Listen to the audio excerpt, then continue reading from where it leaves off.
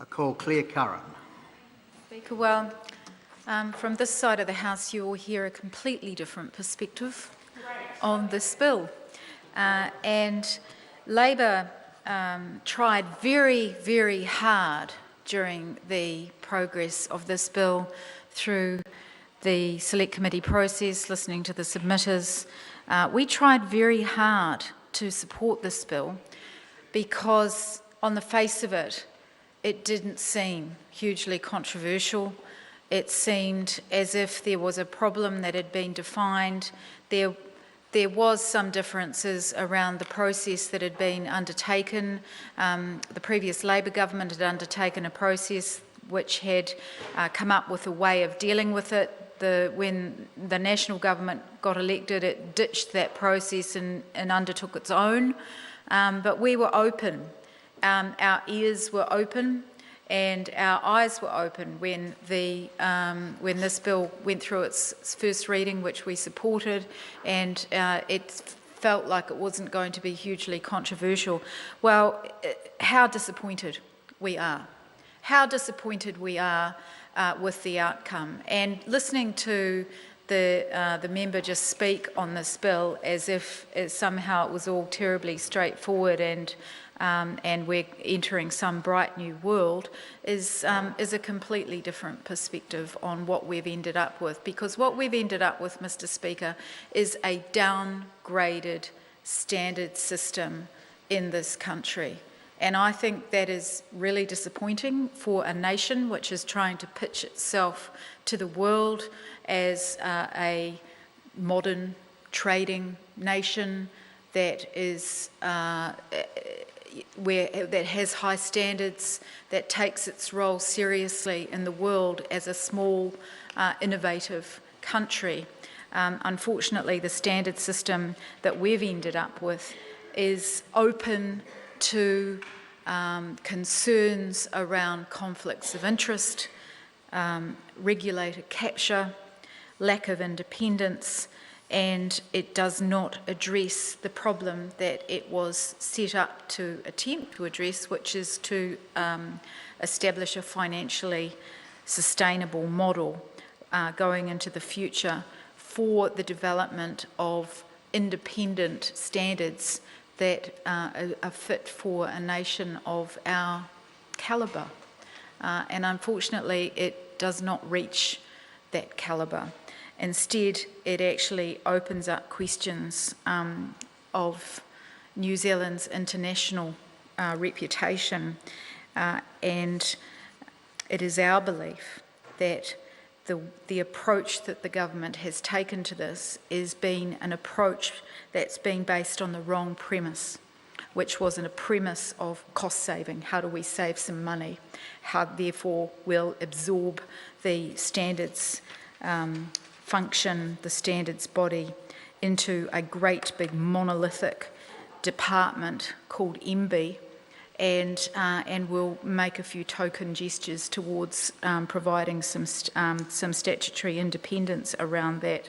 Now, this is not just the Labor Party making it up, Mr. Speaker, because we had numerous submitters, and as I said, we went into this process with our eyes open. We didn't have preconceived ideas around it. We sat at the Select Committee and looked at each other and said, hang on a minute, there's a problem here, and the problem became bigger. And unfortunately, the government never addressed the problem and never substantially addressed it. They threw, as I said, a few token measures around it. So I think that people listening at home tonight should be a bit worried about this. And listening to the Minister's third reading speech, the telling phrases were, quote, establishing an independent officer within the department, an officer within the department is somehow going to provide independence for the standards function. The other critical phase that was used by the Minister was that this was around achieving efficiencies and scalability. Well, that's ultimately the guts of this bill, and what it is intended to do is achieve efficiencies. And he also referenced the alignment of standards, and I'm paraphrasing here, with the determination of government priorities.